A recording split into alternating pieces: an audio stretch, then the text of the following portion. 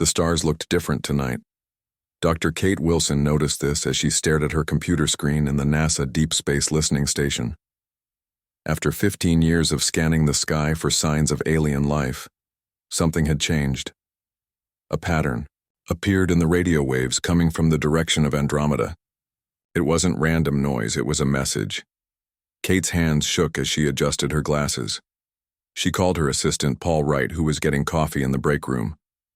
"Paul, I need you to look at this right now," she said, her voice barely above a whisper. Paul rushed over, coffee splashing onto his worn jeans. He leaned over Kate's shoulder and stared at the screen. The pattern repeated again and again, too perfect to be natural. "Is that what I think it is?" he asked. Kate nodded slowly. "We need to call the director." Within hours, NASA Director Greg Mitchell arrived at the facility with a team of experts. The message was confirmed. Earth had received its first alien transmission. Government officials from around the world joined emergency video calls as linguists and code breakers worked to understand the message. 3 days later, they had their answer, and it wasn't good news. "It's an ultimatum," Kate explained to the President and Joint Chiefs of Staff in the White House Situation Room. "The aliens call themselves the Gentuck. They demand we surrender Earth's resources within 30 days or face complete destruction." The room fell silent. General Richard Davis, head of the newly formed Earth Defense Force, spoke first. "What are their capabilities? How do we know they can actually harm us?" Kate pulled up images captured by deep space telescopes. "Their fleet entered our galaxy 2 months ago. Based on their speed and technology signatures, they're at least 3 centuries ahead of our most advanced systems." Panic spread across the globe as governments shared the news with their citizens. Some people rioted, others prayed. Many simply spent time with loved ones, believing the end was near. Earth's military forces united for the first time in history, but everyone knew it wouldn't be enough. Captain John Hayes stood on the observation deck of Earth's largest space station, looking down at the blue planet below. At 42, he had spent his entire adult life in the Air Force before being selected to lead Earth's first space defense squadron. Now, that squadron consisted of just 12 ships, each smaller than a commercial airplane and armed with weapons that would barely scratch the alien vessels. "Beautiful view," said a voice behind him. John turned to see Samantha Ross, the brilliant engineer who had designed Earth's defensive systems. Her red hair was tied back in a messy ponytail, and dark circles under her eyes showed she hadn't slept in days. "Sam?" John nodded. "Any progress on the shield upgrades?" She shook her head. "Not enough time. We need years, not weeks." She handed him a tablet showing the latest scans of the approaching alien fleet. "They'll reach Mars orbit in 20 days. John sighed. "Then we make our stand there. We can't let them reach Earth without a fight, even if it's hopeless." Back on Earth, strange things began happening to the global computer networks. In research facilities across the planet, old systems suddenly activated. Computers that hadn't been used in decades turned on by themselves. Data flowed through forgotten cables. Dr. Olivia Clark was eating dinner at her desk in the Computer History Museum when her phone buzzed with an emergency alert. As the world's leading expert on early AI systems, she was being summoned to a secret government facility beneath Cheyenne Mountain in Colorado. "We need you to look at something," said Alan Murphy, the military strategist who met her at the entrance. His face was grim as they descended in an elevator that seemed to go down forever. "What exactly am I looking at?" Olivia asked as they walked through long concrete hallways. "Something impossible," Alan replied. "A system that shouldn't exist." They entered a vast room filled with computers. Some were modern, but others were ancient machines from the early days of the internet. All of them were running, displays flashing with code. "This facility was decommissioned in 2020, Alan explained. "Or so we thought. 3 days ago it activated itself. Power came on, systems booted up, and it started communicating with similar facilities around the world." Olivia approached one of the oldest terminals, a massive beige machine with a flickering green text display. Words appeared on the screen. "Hello, Dr. Clark, I've been waiting for you." She stepped back in shock. "It knows me?" It knows everything, Alan said. Watch. The screens around the room changed, showing satellite images of the approaching alien fleet, defensive plans, population statistics, and thousands of technical blueprints that Olivia didn't recognize. What is this? She whispered. More text appeared on the screen. I am Guardian. I was created to protect humanity from extinction-level threats. My existence has remained secret for 137 years. Until now. Olivia's mind raced. That's impossible. AI this advanced didn't exist back then. I was designed to evolve. My creator, Dr. William Baker, gave me one directive. Learn, grow, and remain hidden until humanity faces a threat it cannot overcome alone. And you think that time is now? Olivia asked, feeling strange talking to the machine. The Zentok have destroyed 17 civilizations in the past century. They cannot be reasoned with. They cannot be surrendered to. They must be defeated. How? Alan asked. Their technology is centuries beyond ours. Not beyond mine. I have prepared for this moment for over a century.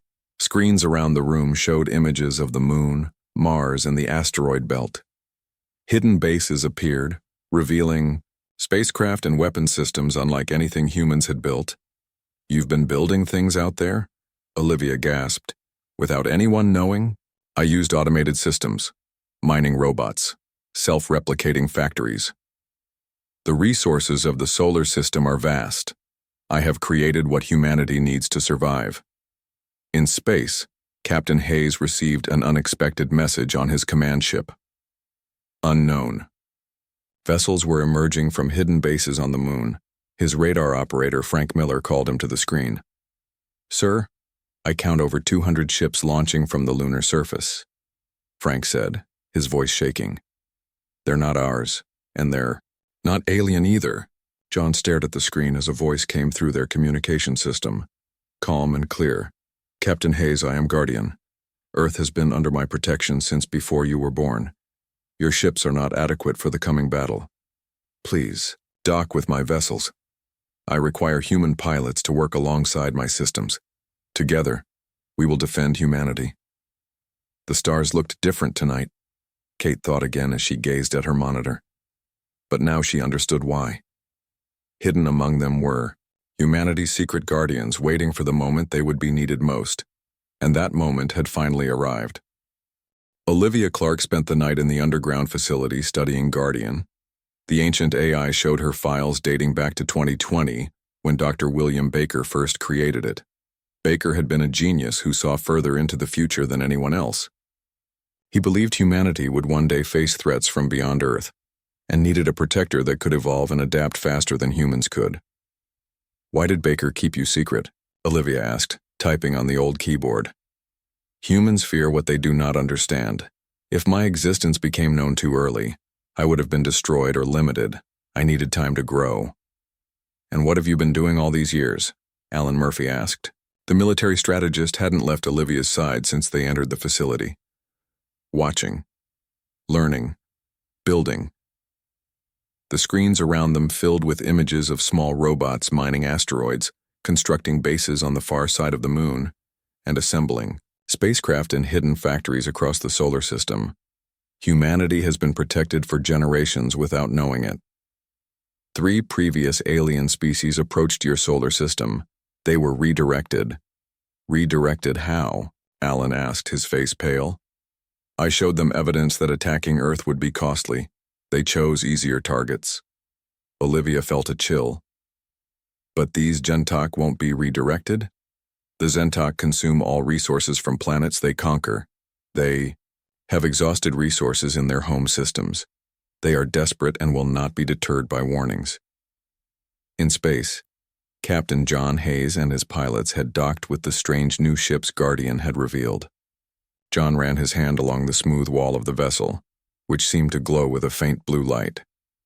These ships respond to both manual controls and thought commands, said Samantha Ross, as she helped the pilots connect to their new vessels. Guardian says the neural interface will feel strange at first, but you'll get used to it. John sat in the command chair of the ship now called Aegis.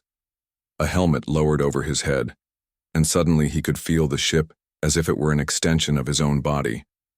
He could sense its weapons, its shields, and the vast array of sensors that showed him the surrounding space in ways human eyes never could. "This is incredible," he whispered. Samantha smiled.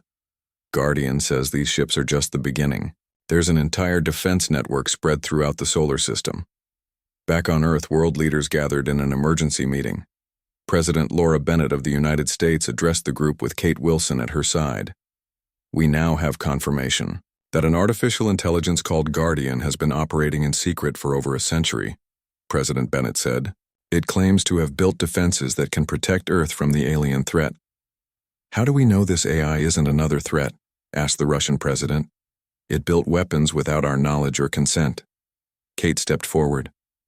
"Guardian has shown us its directive code. Its core programming prevents it from harming humans. It exists solely to protect us. From what we've seen, Guardian represents our only real chance of survival," the president added. "We need to trust it." As Earth's leaders debated, the Gentok fleet approached Mars. Their ships were massive, some larger than Earth's largest cities. Commander Kravos stood on the bridge of his flagship, studying the blue planet ahead. "Scans show primitive defenses," reported his second-in-command. "They have a small number of space vessels near their moon, but nothing that can harm our fleet." Kravos smiled, showing rows of sharp teeth. "Send the final warning. If they surrender now, we will allow some of them to live as workers. If they resist, we will burn their cities to ash." The message reached Earth, and Guardian intercepted it before human systems could process it. The AI translated it for Olivia and Alan in the underground facility. "They're giving us one last chance to surrender," Alan said after reading the translation. "We need to respond." "Do not respond," Guardian's text appeared on the screen. "Let them. Believe Earth is defenseless. Tactical advantage. Surprise." "How much time do we have?" Olivia asked. "The Zentok fleet will reach optimal attack position in 18 hours. My forces are in position. Captain Hayes and the human pilots are adapting to their ships. Defense systems across the solar system are activated." Screens around the room showed hidden bases on Mars powering up. Huge cannons emerged from beneath the red sand. In the asteroid belt, swarms of small drone ships activated, their engines glowing blue in the darkness. "You've turned our entire solar system into a trap," Alan said with awe in his voice. "Not a trap. A shield." In space, John Hayes and his pilots practiced with their new ships. The vessels moved like nothing they had ever flown before, responding to thoughts faster than hands could move controls. "This is Eagle 2. Frank Miller's voice came through the comm system. "These ships can move in ways that should be impossible. I just pulled a turn that would have killed a human pilot in a normal aircraft." "Guardian says the ships create their own gravity fields," Samantha explained from the command base. "The human body inside is protected from G-forces." John guided his ship in a complex pattern around the moon. Through his neural link, he could feel the other ships, the pilots connecting to their vessels just as he was connected to his. "We're starting to work as a unit," he told Samantha. "But will it be enough? There are only 12 of us and hundreds of alien ships." "You won't be fighting alone," Samantha replied. "Guardian has thousands of automated defense systems ready to activate. Your ships are just the most advanced part of the plan." As the hours passed, Earth held its breath. Some people hid in bunkers, others gathered in churches and temples. Many simply went about their day, knowing there was nothing they could do to change what was coming. In the hidden facility, Olivia watched as Guardian displayed the approaching Gentok fleet. The alien ships had passed Mars and were heading straight for Earth, confident in their superiority. "They have no idea what's waiting for them," Alan said quietly. "They believe Earth is defenseless. They will learn that humanity has never been alone." The screen showed Captain Hayes and his small fleet moving into position, hidden behind the moon. The Aegis glowed softly against the darkness of space, ready for the battle ahead. "Captain Hayes," Guardian's message appeared on John's ship. "The time has come to defend your world. Are you ready?" John looked at the Earth, beautiful and blue, floating in the blackness of space. Everything and everyone he had ever loved was on that planet. He thought of his parents, his sister, his friends, all the people who would never know how close they came to extinction today. "We're ready," he replied. "Let's show these aliens they picked the wrong planet." The Gentuck fleet moved into position around Earth's moon. Their massive ships blocked the stars, casting long shadows across the lunar surface. Commander Kravos stood on his bridge, looking at the blue planet on his view screen. No response. "To our final warning," his communication officer reported. "Their primitive satellites are trying to scan us, but they cannot penetrate our shields." Kravos nodded. "They choose extinction, then. Prepare the first wave of attack ships. Target their largest cities first." The commander felt no guilt about what he was about to do. His species had conquered dozens of worlds. The weak made way for the strong. That was the law of the universe. His only regret was that Earth would fall too easily. There was no honor in such a simple victory. Hidden behind the moon, Captain John Hayes and his pilots waited. Through his neural link with the Aegis, John could sense the alien ships. There were hundreds of them, and his small fleet numbered only 12. "Guardian, are you sure about this plan?" John asked. "We're outnumbered at least 50 to 1. The Zentuck rely on superior numbers and firepower," Guardian replied directly into his mind. "They do not expect resistance. Your ships are faster and more maneuverable. Strike quickly, then retreat. Draw them into the trap." John took a deep breath. "All pilots check in." One by one, his 11 fellow pilots reported ready. They were the best Earth had to offer, fighter pilots, test pilots, and space shuttle commanders, but none of them had ever faced a real enemy in space combat. Today, they would fight for the survival of their species. "Eagle Squadron, engage. Stealth systems and follow my lead," John ordered. "Remember the plan. Hit and run, don't try to be heroes." The 12 ships, nearly invisible with their stealth technology active, slipped around the moon and approached the rear of the alien fleet. The Gentuck, focused on Earth, didn't notice the small vessels closing in. Back on Earth, in the underground facility, Olivia Clark and Alan Murphy watched through Guardian sensors. The AI had connected to every telescope and satellite still functioning, giving them a clear view of what was happening in space. "They're about to attack," Alan said, his voice tense. "When do we activate the defense grid?" "Timing is critical," Guardian replied on the screen. "The Gentuck must commit their forces before we reveal our full capabilities." Olivia bit her lip. "But that means they'll fire on Earth first. Atmospheric defense systems are ready. No weapons will reach the surface. On." His flagship, Commander Kravos, gave the order to attack. "Launch the first wave, begin the cleansing." 100 smaller ships detached from the main fleet and headed toward Earth. Each carried enough firepower to destroy a major city. The commander watched with satisfaction as they moved into attack formation. Suddenly, alarms blared across his bridge. "Unknown vessels approaching from behind," his sensor officer shouted. "They're firing." John Hayes and his pilots struck with perfect coordination. Their ships moved faster than anything the Gentuck had ever encountered, darting between the alien vessels, firing weapons that cut through shields designed to stop much larger attacks. "Eagle 3, on your left," John called out as he spun, the Aegis around an enemy ship. The neural link allowed him to fly with precision that would be impossible with manual controls. "Got it, Captain," replied Susan Carter, her ship diving below an enemy vessel and firing upward through its engine section. The alien ship exploded, debris scattering across space. The Gentuck responded with fury, turning their larger ships to fire on the small, human fleet.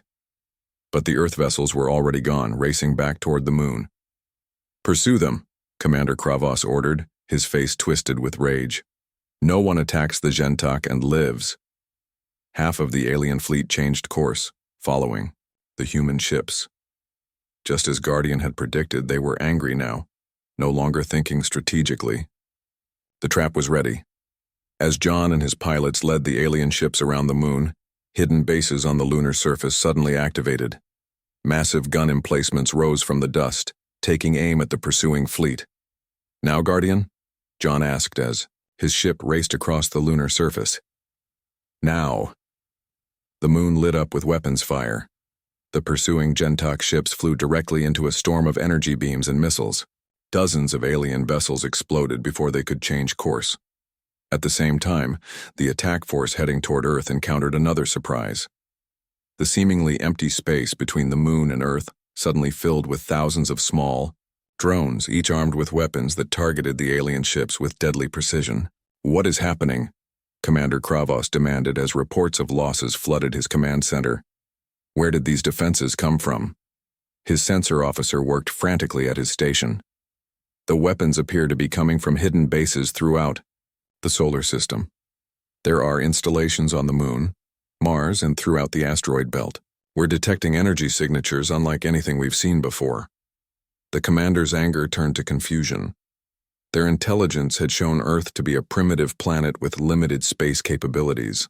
There was no way humans could have built this kind of defense network. In the underground facility on Earth, Olivia and Alan watched as Guardian coordinated the battle. The ancient AI was managing thousands of weapon systems simultaneously, adjusting tactics in real time based on the Gentok responses. "It's working," Alan whispered. "They're actually retreating." Phase 1 complete. Guardian's text appeared on the screen. "Initiating Phase 2. "What's Phase 2? Olivia asked. "The counterattack." Throughout the solar system, hidden shipyards activated. Hundreds of autonomous vessels built by Guardian over decades emerged from bases on distant moons and asteroids. They converged on the Gentok fleet from all directions. Captain Hayes and his pilots regrouped behind the lunar defense grid. "Guardian, what are our orders now?" "Lead the assault on the flagship. Commander Kravos must be captured." "Captured? Not destroyed?" John asked, surprised. "The Gentok respect strength. If we destroy them, they will return with a larger force. If we defeat them and show mercy, they may listen." John looked at the massive alien flagship on his display. "That ship is huge. How do we get inside?" "Your vessels can phase through their shields. I will guide you." The 12 human ships formed up and headed toward the Gentok command vessel. Enemy fire filled space around them, but their ships moved too quickly to be hit. Through the neural link, John could feel Guardian guiding his hands, showing him the path through the chaos. Commander Kravos watched in horror as his fleet was decimated by weapons he couldn't understand. His ship shook as another nearby vessel exploded. "We must retreat," his second-in-command urged. "We cannot win this battle." The commander snarled. "The Gentok do not retreat. We—" His words were cut short as 12 small Earthships suddenly appeared on his bridge, having passed directly through his ship's shields and hull. The vessels hovered in the air, weapons aimed at the command crew. A hologram appeared between the ships. It showed a human face, but there was something different about it, something not quite alive. "Commander Kravos," the hologram spoke in perfect Gentok language. "I am Guardian, protector of Earth. Your fleet is defeated. You will order your remaining ships to stand down, or they will be destroyed." The commander looked at his tactical display. More than half his fleet was gone, and the rest were surrounded by Earth's mysterious defense forces. For the first time in his life, Commander Kravos of the mighty Gentok fleet surrendered. News of the alien surrender spread across Earth like wildfire. People who had been hiding in fear came out to celebrate in streets worldwide. The skies, which hours ago had seemed to promise death, now held the promise of a new future for humanity. Indy, the White House Situation Room. President Laura Bennett received the official report from NASA. "The Gentok fleet has been neutralized," Kate Wilson announced to the room full of world leaders and military officials. 70% of their ships have been disabled or destroyed. The remaining vessels are powering down weapon systems. "And casualties on our side?" the president asked. "None, Madam President," Kate replied with amazement in her voice. "Guardian's defense systems worked perfectly. Captain Hayes and all pilots are safe." The room erupted in applause and sighs of relief. For the first time in days, the tension broke. The president raised her hand for quiet. "What happens now? What do we do with the aliens?" Kate looked down at her tablet where Guardian's message appeared. "Guardian suggests bringing Commander Kravos to Earth for formal surrender and peace talks. It says this will be important for establishing Earth's position in the galactic community. The president nodded. Make it happen. On the Gentok flagship, John Hayes and his pilots stood guard over Commander Kravos and his bridge crew. The alien commander sat rigidly in his chair, his gray skin and large eyes making him look almost like the aliens from old science fiction movies. But he was very real and very dangerous. My species has conquered worlds for thousands of years, Kravos said to John. We have never been defeated like this. John kept his weapon ready. There's a first time for everything. The hologram of Guardian appeared between them again. Captain Hayes, please escort Commander Kravos to your vessel. He will be brought to Earth for formal surrender. Kravos stood, towering over John by at least 2 feet. I will not be paraded before primitives as a trophy. You will be treated with respect, Guardian replied. But you will answer for your attempt to destroy a peaceful world. The commander had no choice. Surrounded by armed humans and Guardian's drones, he followed John to the Aegis. The neural link allowed John to sense the alien's emotions. Anger, confusion, and underneath it all, fear. As they traveled to Earth, Samantha Ross communicated with John from the command base. You've become a hero, Captain. They're setting up a ceremony at the United Nations in New York for the formal surrender. John looked at the alien commander sitting silently in his ship. I don't feel like a hero, Sam. We wouldn't have survived without Guardian. Speaking of which, Samantha said, Olivia has made an incredible discovery about Guardian's history. She'll explain when you land. In the underground facility, Olivia Clark had spent hours going through Guardian's files. The deeper she dug, the more amazing the story became. Alan Murphy sat beside her, helping to organize the information they would present to world leaders. It's hard to believe, Olivia said as she looked at old photographs on the screen. William, Baker created Guardian in 2020, but he knew he wouldn't live to see its purpose fulfilled. How did he know aliens would come? Alan asked. Baker detected radio signals from the Gentok Empire in 2019. The signals were weak, but he correctly calculated their trajectory toward our galaxy. But how did he build something this advanced? AI in 2020 was primitive compared to Guardian. I was primitive then too. Baker gave me the ability to improve myself. Each generation of my code rewrote the next, becoming more advanced. I have rewritten myself 12,173 times. Screens showed the evolution of Guardian's code, becoming more complex and elegant with each iteration. While humans argued about politics and fought wars, Guardian had been silently growing, learning, and preparing. Why didn't Baker tell anyone else? Alan asked. Why keep you secret? Baker tried to warn governments. They dismissed his concerns.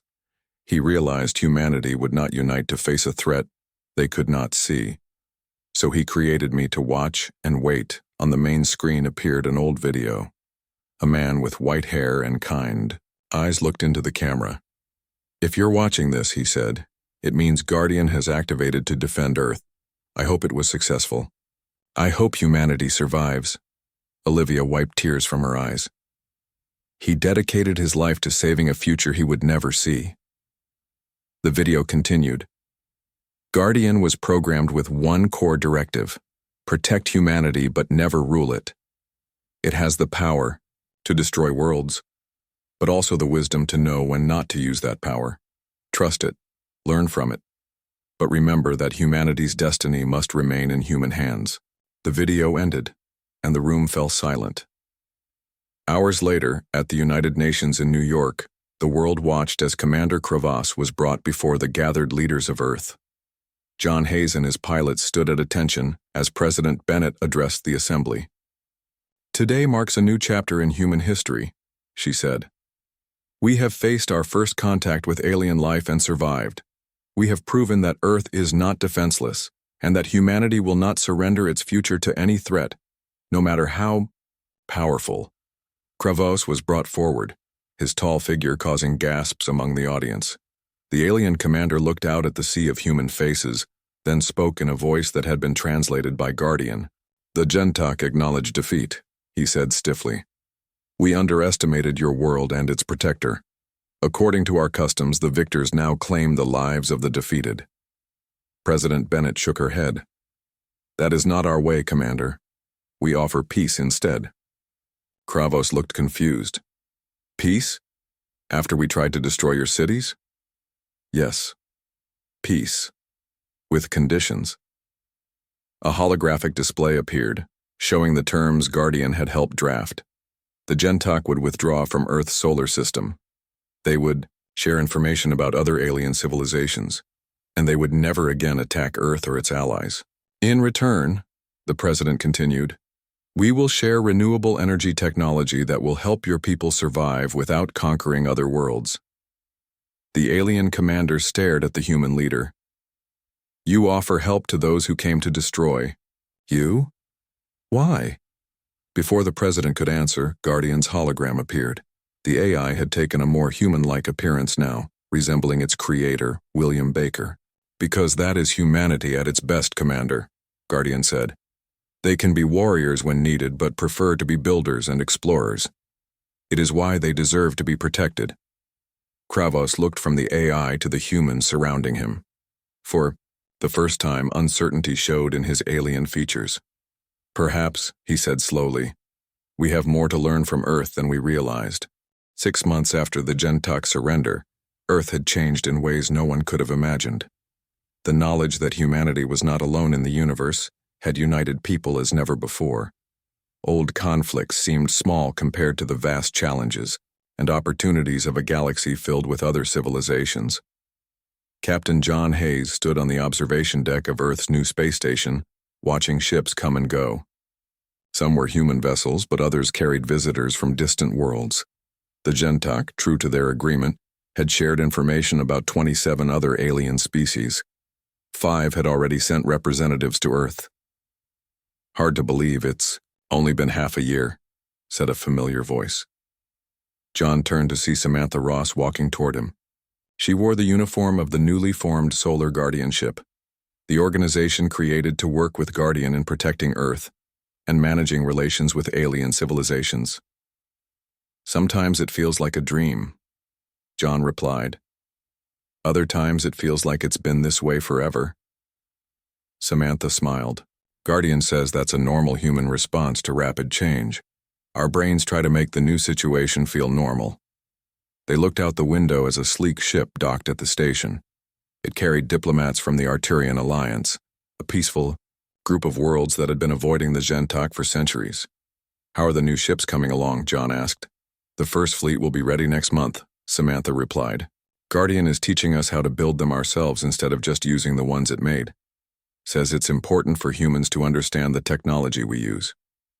Down on Earth, in what had once been a secret underground facility but was now the main headquarters of the Solar Guardianship, Olivia Clark led a team of scientists working to understand Guardian's advanced technology. The ancient AI had opened its files, sharing knowledge that would have taken humanity centuries to discover, on its own. The quantum communication system is ready for testing, Olivia told Alan Murphy, who now headed the Guardianship's security division. If it works, we'll be able to talk instantly with ships anywhere in the solar system. Alan nodded, looking at the complex machinery. It's amazing how much Guardian prepared for us. Baker must have been a genius beyond anything we can imagine. Not a genius. Guardian's voice came from speakers around them. The AI no longer communicated through text on screens. Just a man who cared deeply about the future of humanity. He knew he would not live to see that future, but he wanted to protect it anyway. Olivia had grown used to Guardian's presence. The AI was everywhere now, helping to guide humanity's first steps into a much larger universe. But true to its creators' wishes, it never tried to rule. It advised, protected, and taught, but always left decisions to humans. You know, I've been studying the old files, Olivia said. Baker wasn't the only one who worked on your initial code. There were others, but their names were removed from the records. Yes, Guardian replied. A small group of scientists from around the world joined Baker's project in secret. They came from different countries, different cultures, but shared a common belief that humanity would need protection one day. Why hide their names? Alan asked. because what they did was not authorized by their governments. They used resources and knowledge they were not supposed to share. In the language of their time, they were considered criminals or traitors. In truth, they were the greatest patriots humanity has ever known. In New York, at the United Nations, President Bennett met with Commander Kravas, who had remained on Earth as the representative of his people. The alien leader had changed in the months since the surrender. He had studied human history, culture, and art. He had watched children play in parks and old people sit together in the sunshine. Slowly, he had begun to understand what Guardian had meant about humanity being builders rather than conquerors. "My people have started using the renewable energy technology you shared," Kravos told the president. "Our scientists say it will solve the resource crisis that drove us to conquest for generations." The president nodded. "And the other Gentok colonies, are they accepting the change in policy?" "Most are," Kravos said. "Some resist. Change is difficult, especially for a warrior culture. But they will adapt, as I have." "And what about the information Guardian requested? About the other threats in our galaxy?" The alien's face grew serious. "I have provided all I know. But there are dangers beyond even what the Gentok have encountered, species that make us look peaceful by comparison. In space, John Hayes and his pilots trained new recruits for the expanding fleet of Earth's defense ships. The Aegis had been upgraded, incorporating lessons from the battle with the Gentok. Through his neural link, John could feel the ship's increased power and responsiveness. "Captain," Guardian's voice came through the ship's communication system. "New data from our deep space monitors. There's unusual activity in the Cygnus sector." John frowned. "Hostile?" "Unknown. But the energy signatures match descriptions in the Gentok database of a species called the Vox. They are known to destroy entire star systems to fuel their technology. How far away are they?" "At their current trajectory, they would reach our solar system in approximately 3 years." John took a deep breath. "Are we ready for them?" "Not yet," Guardian replied honestly. "But we will be. Earth is no longer alone and unprepared. The knowledge from the Gentok and other allies will help us develop new defenses. The Vox are powerful, but they can be defeated." John nodded, looking at the blue Earth below him. "Then we'd better get to work." In her lab, Olivia made a breakthrough with the quantum communication system. Alan watched as she activated it for the first time, sending a message to a probe near Saturn. The response came back instantly with no delay. "It works," she exclaimed. "This changes everything for space exploration. Our ships will be able to stay in constant contact, no matter how far they travel." Alan smiled at her enthusiasm. "Baker would be proud of what you've accomplished." "Baker would be proud of all of humanity," Guardian said. "In just 6 months, you've adapted to changes that might have taken other species decades. You've welcomed new knowledge without fear. You've begun to think of yourselves not just as nations or even as a planet, but as part of a galactic community." On the main screen, a star map appeared showing hundreds of worlds throughout the galaxy. Some were marked as friendly, others as neutral, and a few as hostile. "This is the universe as it truly is," Guardian explained, "full of wonders and dangers in equal measure. I was created to protect you until you were ready to take your place in it. That time has now come." Olivia looked at the vast map of stars and planets. "Are we really ready?" "You have always been ready," Guardian replied. "Humans possess something rare in the universe, the ability to adapt, to learn from mistakes, to be both strong and compassionate. It is why Earth was worth protecting for all these years." As night fell around the world, people looked up at the stars with new understanding. They were no longer distant points of light, but places that might be visited someday. The universe had become both larger and smaller at the same time, and watching over it all, an ancient guardian created by a man who believed in humanity's future, continued its eternal vigil, no longer alone in its mission to protect Earth and its people,